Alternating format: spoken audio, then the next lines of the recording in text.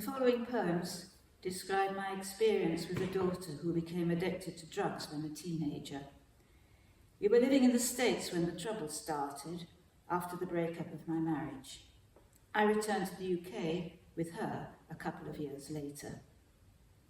I've presented the experience in a way that can be followed as a coherent narrative, though it did not feel coherent at the time.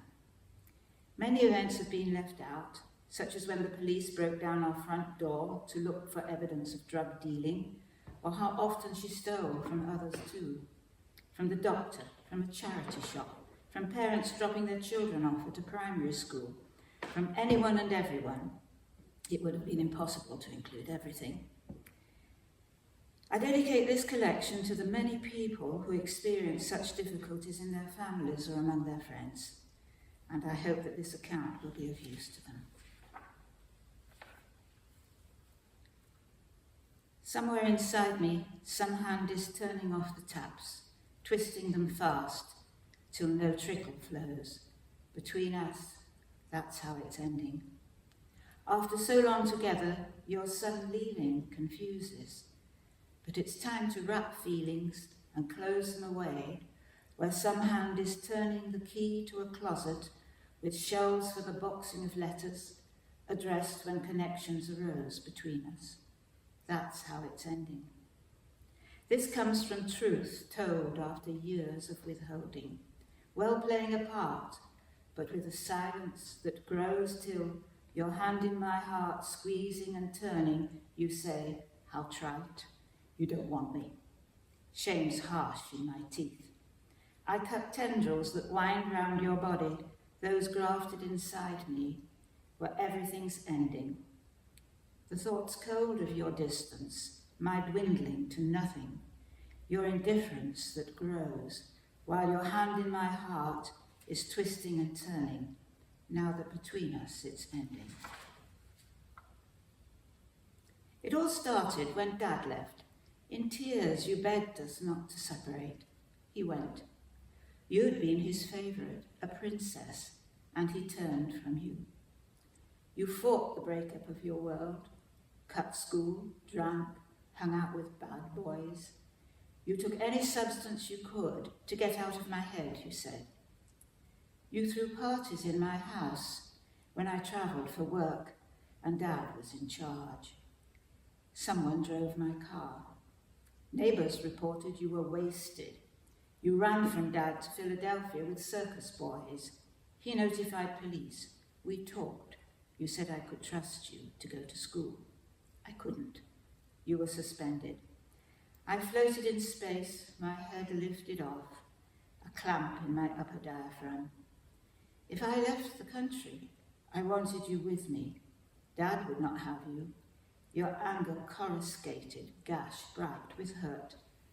I could hardly breathe, squeezed through a toothpaste tube, paralysed, in conflict. Could I take you from your life like this? Last night I said, doesn't it hurt not to be first with Dad anymore? Yes, Dad is walking away from us. He's dropping us fast. And it hurts, doesn't it? Yes. I feel that hurt for me and for you. You found me dancing to Madonna in the kitchen, joined in. We belted out together, I'm a material girl, and fell about laughing. You told your aunt you love no one in the world as much as me. Mom, come home. I want you to be here for supper. I want to tell you how I'm going through this decision to leave for the UK. I love you. I can't bear to leave you over here. I want to go on being your mother every day. I want to be with you through all the ups and downs ahead of you. I can't go through with this if you don't come. I'd miss you horribly. You're in trouble here. You cut school. The boys you run with hurt you. You drink, take drugs. You must know I won't leave you. Not now. Not like this. Especially not like this. A voice starts telling, quick, hands up, palms out, don't let it through. The house is gone, and my room, painted the way I chose. Dad, too, he went. No, keep smiling, smooth, smooth, tongue and lips. don't open. In this other country, where the voices change and clothing flaps on the line, the wind blows cold. There's nothing to hold on to but myself. I've run from school. I won't be controlled. Don't let out the cries. The pills I take drain pain and colour from the world. Last week, instead of school, you went to London with a friend. 3 nights you stayed away. Teachers said you were distressed. Other women told me I did wrong not following to find you. It hurt. I want to say how angry, disgusted, sad I am.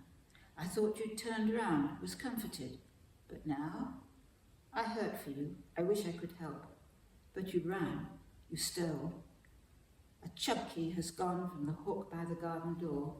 My house is full of strangers.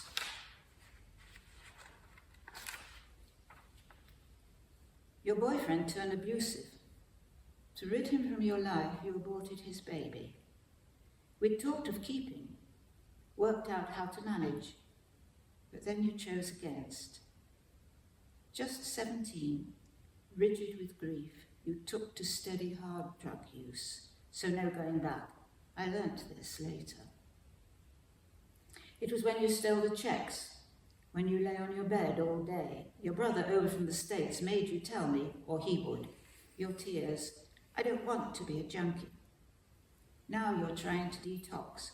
You seesaw methadone from the street, take too much, then try without. You feel too rough to start a job. From 1 to 4 a.m. last night, you lay in my bed, clucking. Needed to be rubbed and stroked. I want to help. I'm desperate for sleep. You didn't sleep all night. I dither, don't act, but then command. I'm giving out and giving out. It's harder to get on with other people. I snap. I'm tired. This is what it was like. Quicksand, shifting shadows, grasping for meaning that melted. The mind split, believing, not believing, knowing, not seeing what I knew. Caught in a maze of real and unreal, defiance, denial, sweetness in lies, sworn recoveries that were no recoveries. She who had died returned to life, looked back, was lost again when heroin called her name. The facts: her father left. She turned to truancy, took pills, hung out with the bad crowd. Then came a boyfriend on hard drugs who turned abusive. An unwanted pregnancy, abortion, no going back. First, I noticed my little black zip purse gone from the bathroom where I'd left it. And why was I not clear when I saw the later company she kept? Whole days spent in her room, found those checks missing. She'd let friends into the house when I was at work and ring to check my homecoming. Evenings, someone hung up if I answered the phone. They revved their engines outside, threw stones at the upstairs window. With dull eyes shadowed, loose-kneed, they climbed the stairs, passing with heads averted. I sat below in the kitchen with an inner band across my chest and breathing shallow. Her denials I believed and didn't, felt guilt for questioning and doubting, queasy in acceptance of her stories. Then my room was ransacked in a hurry, left a mess. With a lurch, I saw my wedding ring was gone, and others, denied, still worse, no hope of truth. And I, no boundaries, no protection. She had spare keys cut for everything.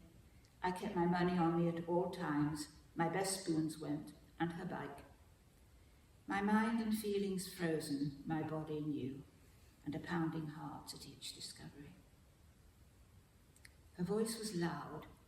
She wore a mask of charming, public. Her warmth, I love you, Mum, could swing at go to will or turn to tantrum. I laboured in a fog through contradictions, even then part believing what she said, afraid of turning from her, not knowing what to do. until the burn marks on a table in the garage, scorched foil, contaminated shops. But still, I tried to be more loving and to hold her, not recognising the power and desire for heroin coiled about her brain. Our chests, 2 empty dishpans, hearts dangling like old cloths hung out to dry. From birth, inscribed with love, you grew to laugh and dance, sure-footed with tousled Titian hair, Dad's darling. Practicing grown-up poses, legs crossed, elbow propped on knee, shrugging. Then Dad moved away, blurring the text with, not so important, not really wanted. The underwords turned painwards. You began to scrape them off and write across a different story, hiding the first inscription, but still a partial word, still burnished, shone through. Till now, on a surface pitted, scratched and torn, the writing scrawled with blunt tools, like words left in the corner of a cell. None of the earlier text remains, though an X-ray might recover traces. The May you turned 18, I learnt there'd been no college since November, a jolt. And though on methadone, you'd used heroin as well. Now I know it's normal, to be expected even. Not then. I went hot. I sucked. No value. Felt worthless and deceived. So, what did all our good times mean? We drove, you practicing at the wheel on country roads, through villages, laughing together, visited my mother. I'd made a fuss about the petty thefts and lies, but now nothing had meaning. Your whole life looked a lie. Last night I shouted at you for keeping me awake. In bed I cried. My limbs jerked, my legs on tension bands. I need to tell someone. You stay out half the night. You have no money, not being paid. A lie. You have worked 5 hours, not the 14 you alleged. You've been sacked for stealing. You woke up too late and forgot an appointment. I'm wound up tight. I told a friend who said, but there's a reason for that, isn't there? My friend who has perfect daughters, who's never angry. Bad mother. In a turmoil. Every decision is a mountain. I can't manage anything. I beat my pillow with my fists. Again and again you ask for a loan, never repay. I hate denying you, but I know why you need it. I see the warmth and humour, generosity in other families, and I wish. For me, it's seething distress, nothing solid underfoot, panic in the head, confusion. It's hard to keep a firm hold that what you say is a lie, even though I know it. The worst, the unreality, hollowing out. I feel sick, jangly inside. My top front teeth vibrate. 2 lives in one, the hidden, the pretense. Foil, sharps in her bedroom, sad, scared, guilty, ruins behind her, arm bruised and marked, voices in the wind, layers shift across, change colour with passing clouds. Heroin calls her name. A woebegone life under the drug, needy, a child. Stuffed animals she's kept since she was 2. Cuddling the cats, being good by cleaning the house. She vacuums to drown the voices. Days spent in her room, a plant that does not grow. My friend, my mate X, she says, but no true friends.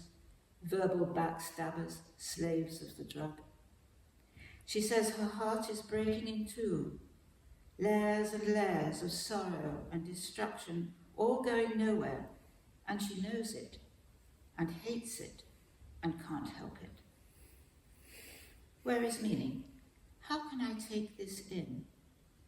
A huge block of a building has dropped into my garden. West-northwest, the doors and windows shuttered, overshadowing. I scurry close to the ground, training small bushes to include and soften. Sometimes she's what I breathe. Sometimes she's just with me. Sometimes I forget entirely. Sometimes tears come suddenly, like rain from a small cloud, not anticipated. Sometimes I feel all will be well, or I'm fed up at her sheer bullheadedness in this as in other things. Sometimes I'm half resigned, accepting that she won't be protected. Now that she's gone to stay with her father, I stand in her room. Teenager but child, stuffed toys on the bed. Breath stocks in my chest. Burnt holes in the duvet, blood streaks on the walls left by thrown sharps.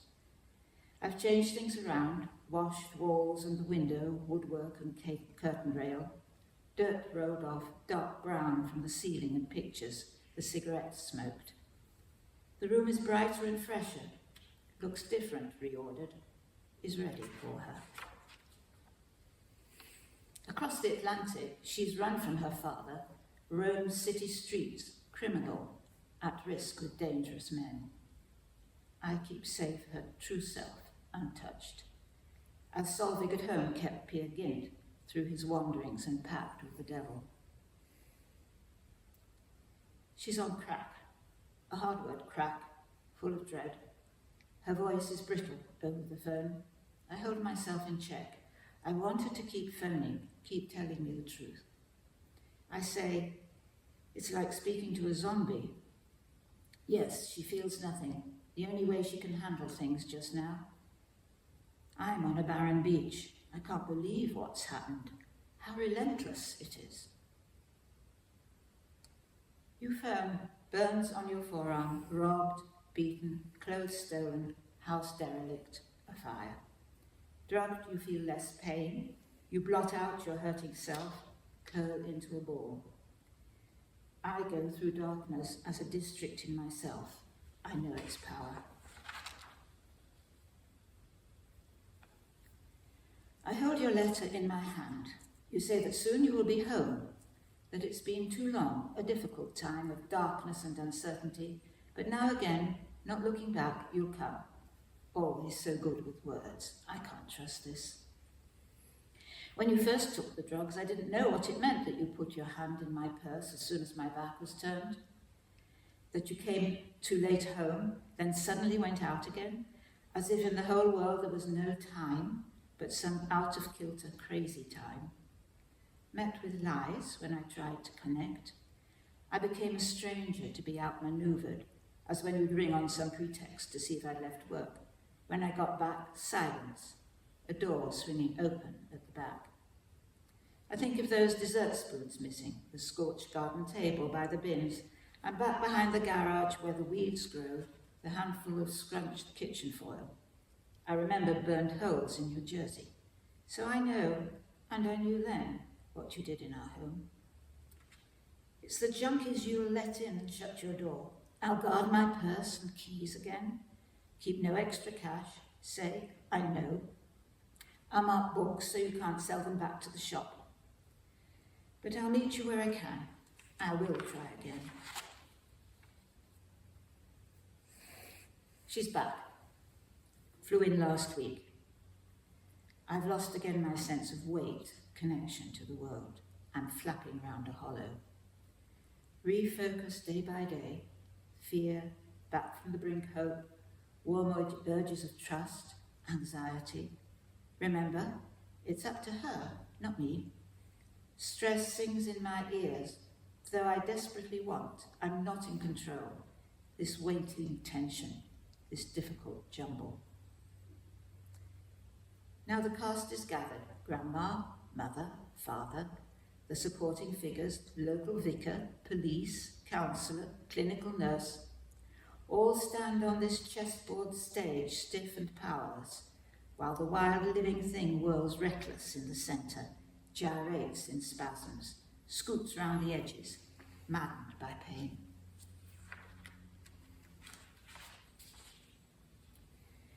When you stole purses from the cars of mothers walking children into school, when you broke into a neighbour's house for alcohol and tried to unhinge a cupboard door, the time you held out bleeding wrists, an accident, you said. I feel I'm doing something when I try to stop you falling into darkness. How at home you keep the TV on all night, then loll, eyes hooded over the washing up. How nothing gets done, no signing on, no job search, no appointments. When you promise to make phone calls, then pretend they're done. I don't know what I am or doing apart from my relationship to you. I must exercise and work, meet friends for coffee, not be filled by you. A tapeworm is swelling and wrapping the rooms in my house. Breathing is difficult. I'm a covert policeman or guilty bystander. Your friends are circling. I'm told I only enable, that now you must leave. But without contacts or benefits, I'm afraid of what's next. I turn to tough love, more difficult than soft love. It hurts to administer, is a fearsome othering. Those who don't know this country can't conceive the contours of the path. They call me cold, unnatural, for not taking my daughter back home, not giving her money when she seems to need it. This is not an abandoning, but a course to open a chance.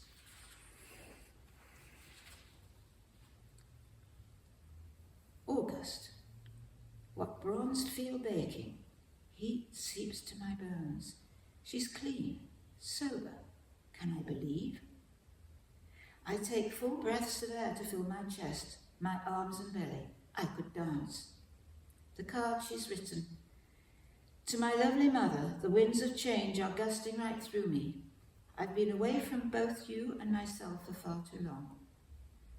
Now she's married a childhood friend, a user too, and lives up north. But I have a photograph, hair blown across her eyes, smiling, and she's found full-time work. From time to time, she who was lost returns only to be lost again. Sandals for my daughter. Dark brown leather, but delicate with thin straps, and along the thong across the toes, 3 rounded discs of coloured glass, burnished ochre, golden sienna, Indian red. Sassy, fragile, almost broken, the edges splitting, toe ends frayed, stitches unravelling, stuck and restuck to hold together, glass discs glowing, carrying on.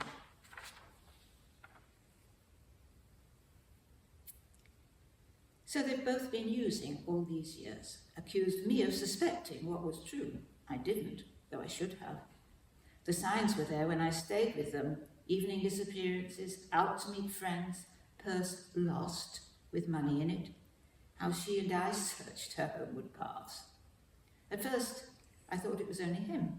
After all, he went down for burglary. I was anxious that she bore the weight of that, but no. They both were. Deception, years long, swirl again. And now she wants to leave him. We picked her up when he was out. She'll live near me.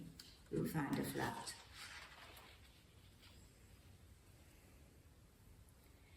You love the father of your baby boy, stepped into a land of new sun, new moon, complete. The slaps began before the baby came.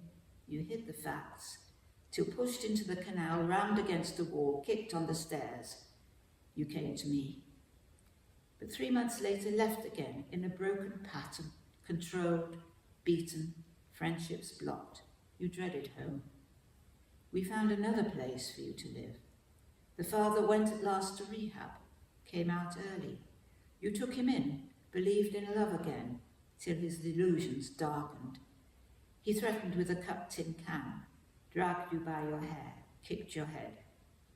The boy was 2 years old, and restraining orders don't restrain. I moved you to another city. I thought you safe, but was deceived. You could not tolerate the father's absence. Between my visits, he came down, invited, until the final violence and blood.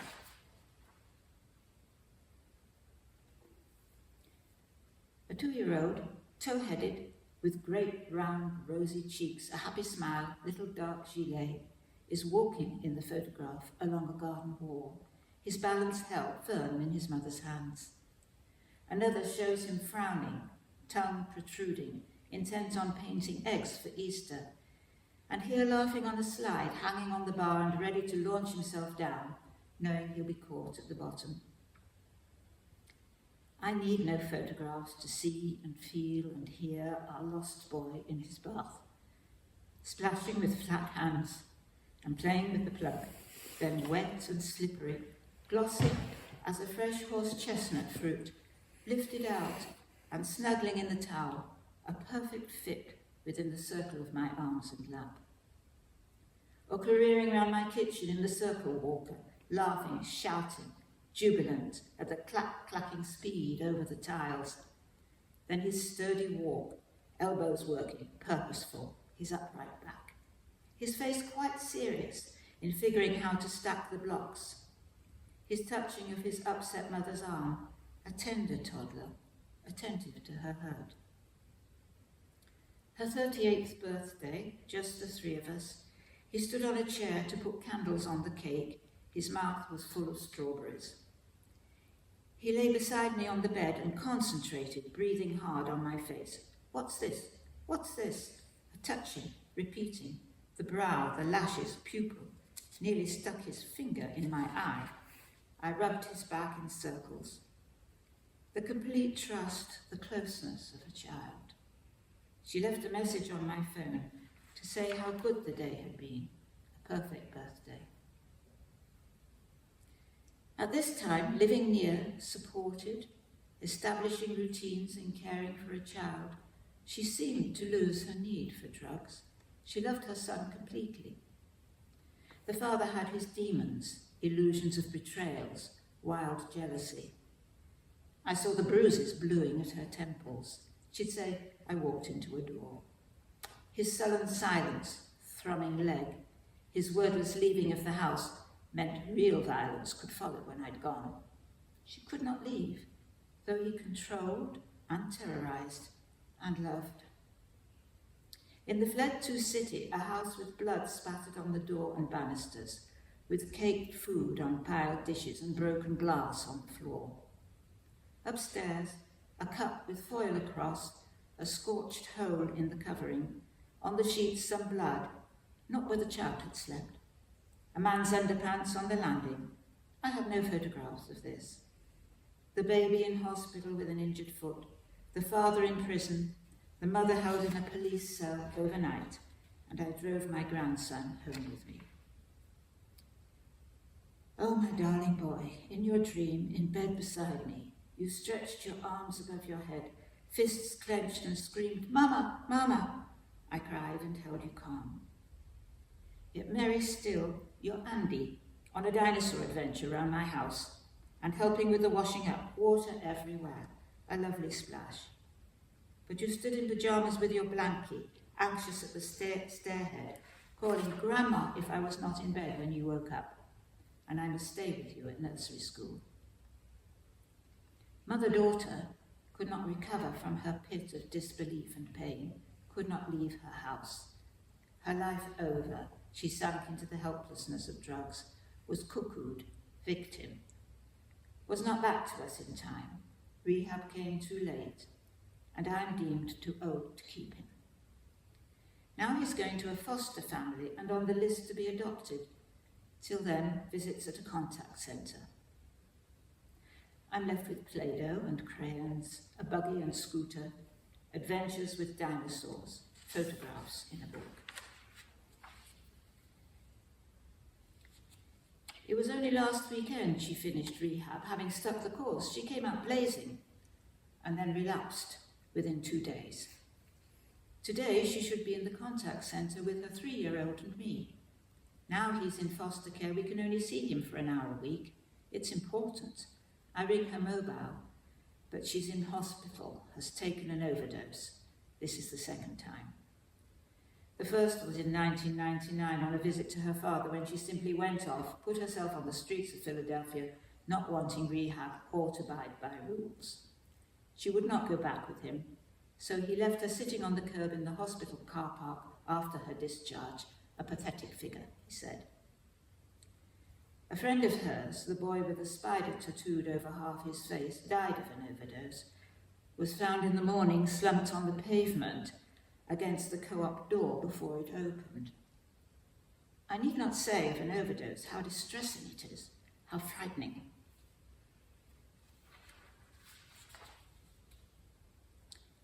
It was a spring equinox sitting of the court when the adoption was determined. A catastrophe has occurred at my left elbow. We are a trinity of loss, the child, his mother, me. For him, I hope. Where she stood is an egg-shaped space, dark grey. Thin to the bone, crushed, she crawls through hours in oblivion, misery and loss. My unpeopled life spreads wider. I look out, hear nothing, and wait for her return.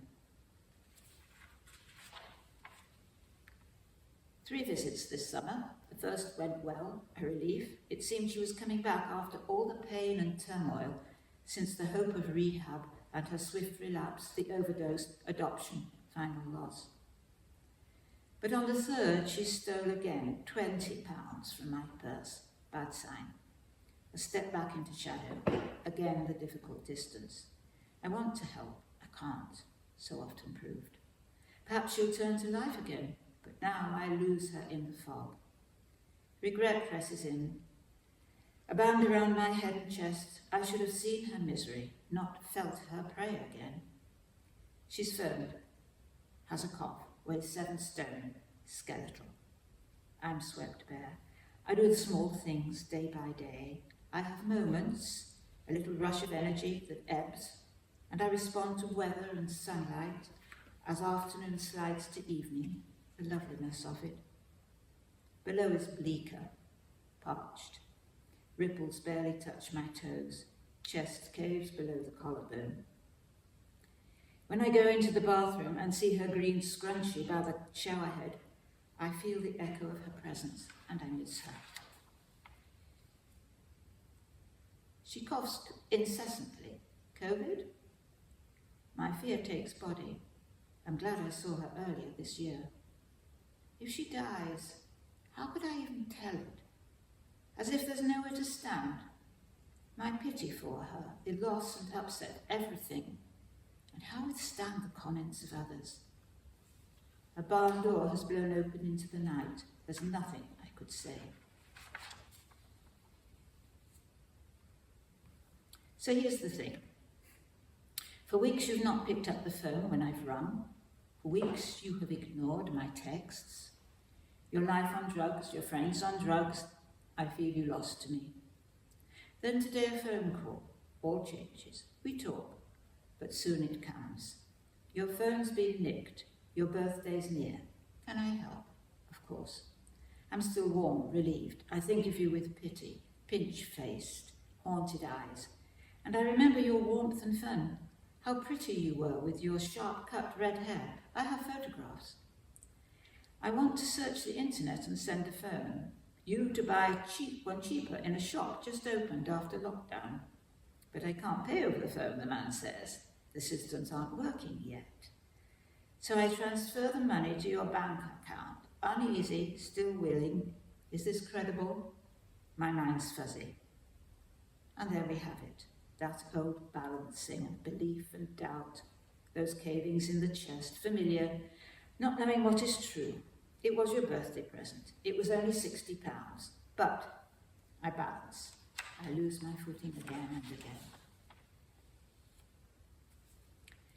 So here's this woman, now 41, by nature warm, intelligent, with an instinct to connect. But drugs debilitate. She has trouble with stairs, and her legs go numb. Last winter, she had pneumonia twice.